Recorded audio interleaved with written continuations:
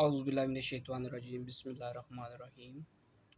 My dear students, how are you? I hope that you are fine.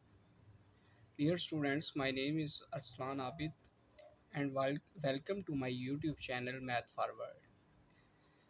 Students, आज हमारी mathematics chapter number 1 matrix and determinant के ऊपर discussion जारी है।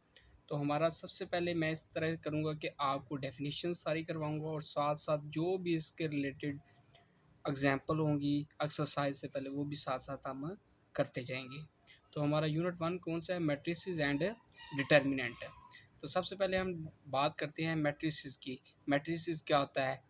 Matrices क्या होता है? A rectangular array or a formation of collection of real number से हमारे पास वो रियल नंबर क्या हो सकता है? 1 हो सकता है, 0 हो सकता है, 2 हो सकता है, 3 हो सकता है, 4 हो सकता है या फिर 7 सच एज।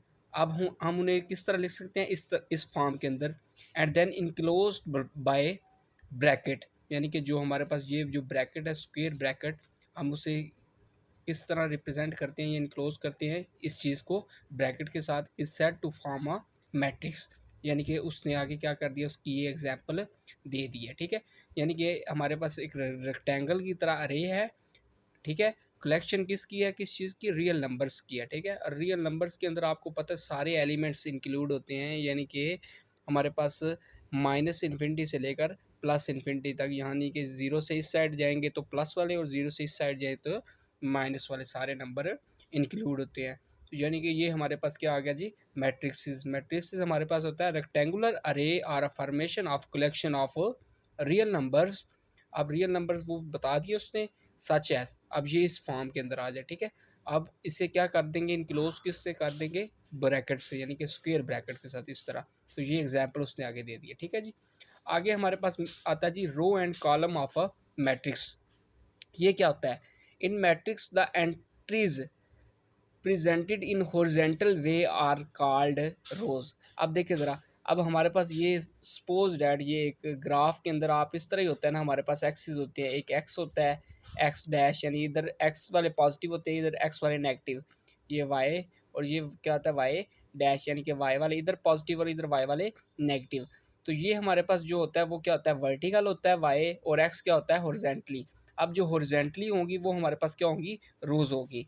आगे दूसरा क्या कहता है? In matrix the entries presented in vertical way are called column, यानी कि अगर जो वाई की फॉर्म में यानी कि होंगी वो क्या होंगी? कॉलम होंगी। ठीक है, यानी कि अगर इस तरह होंगी तो हॉरिजेंटली होंगी तो रोज होंगी, अगर इस तरह वर्टिकल होगा तो क्या होगा? कॉलम होगा। ठीक होगा जी। अच्छा जी, आगे क्या है जी? आगे उसने इसकी एग्जांपल दे दी है। ठीक है जी, ये एग्जांपल देखिए, सेम एज इट इज, जैसे वो रो इस तरह थी और ये कॉलम इस तरह आ गया। ठीक है, आगे जी order of matrix. Order of matrix हमें क्या बताता है? वो किसी भी हमारे पास कोई भी मैट्रिक्स दिया गया हो उसके अंदर बताता है कि हमारे पास कितनी रोज़ हैं या कितने कॉलम हैं। ठीक है, अब देखिए ये हमारे पास एक मैट्रिक्स है, तो हम सबसे पहले क्या बताएंगे? इसकी रोज़ कितनी है। ठीक है, इसकी कितनी रोज़ है? 2 रोज़ हैं, और कॉलम कितने हैं? 1 2 और 3, यानी कि मैं इसे लिख सकता हूँ कि ऑर्डर हमारे पास क्या आएगा इसका? 2/3। ठीक हो गया। The number of rows and columns in a matrix specifies its order. If a matrix M has m rows and n columns, then M is said to be the order of m by n। ठीक होगा जी, यानी कि सबसे पहले आपने क्या बताना है? इसकी रोज बतानी है, कितनी रोज हैं? इसके अंदर 2 रोज थी, और कॉलम कितने थे? 1 2 और 3, यानी कि 3 हमारे पास इसके क्या आ गया जी? कॉलम आ गया। आगे क्या आ गया जी? Equal matrix. इक्वल मैट्रिक्स क्या होता है?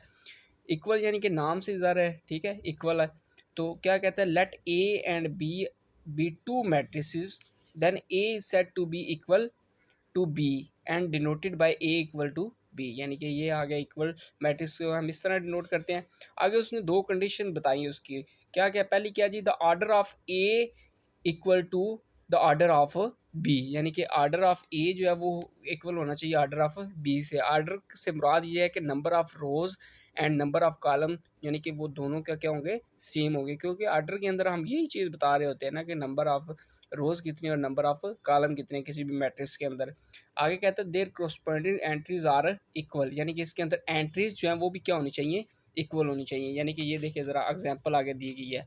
एग्जाम्पल के अंदर ये हमारे पास एक ये मैट्रिक्स दिया गया और ये हमारे पास एक मैट्रिक्स दिया गया है, यानी कि ये हमारे पास कहता है ये दोनों क्या है, आर इक्वल मैट्रिक्स। देखे ना, ये भी क्या है, 2+1 करें 3 आता है और 4 - 2 करें तो जो आप कहता है 2 है, ठीक है। तो ये दोनों क्या हो गए, सेम हो गए, ठीक है। तो ये हमारे पास क्या आ गया जी, इक्वल मैट्रिक्स, ठीक हो गया जी। अच्छा, कोई बात इसमें से पूछनी हो कमेंट में आपने लाजमी जो है वो आपने बताना है, अपनी फीडबैक यानी कि लाजमी देना है, अपनी राय का जो है वो इजहार लाजमी करना है। बहुत शुक्रिया, थैंक यू सो मच।